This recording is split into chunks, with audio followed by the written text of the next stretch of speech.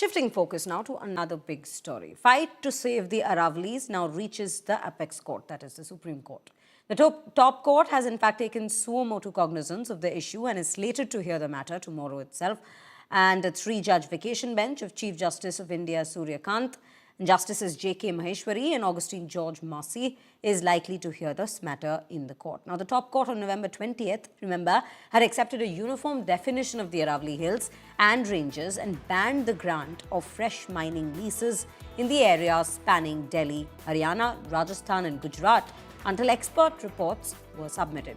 Now, the centre backed Aravalli definition and asserted that over 90% areas are protected from mining and that there is no imminent threat to the Aravalli's ecology.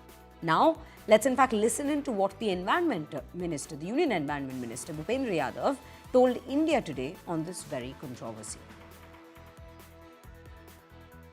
Mining will be allowed in 2% of the Aravalli's 1.47 lakh square kilometer area.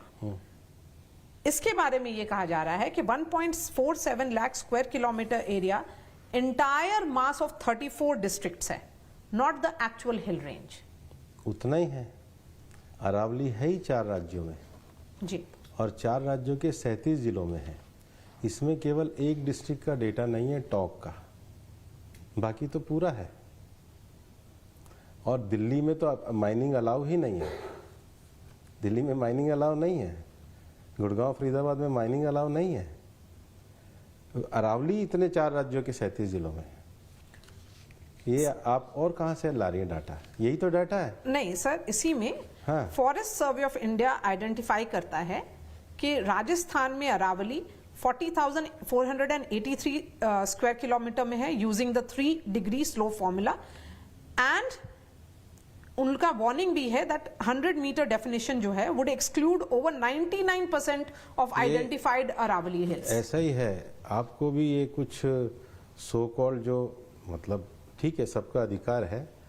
FSI का भी tweet है, उन्होंने इसको deny किया है कि FSI के नाम पे जो भी डेटा किए जा रहे हैं, जो 9% का डेटा दिया जा रहा है, जो आपने भी अपने इंडिया टुडे में दिया है, एफएसआई ने उसको डिनाई किया है. आप पहले अपने फैक्ट्स करेक्ट कर लो मारिया जी. तो आपका कहना है कि एफएसआई मेरा नहीं कहना है, एफएसआई ने ट्वीट किया है.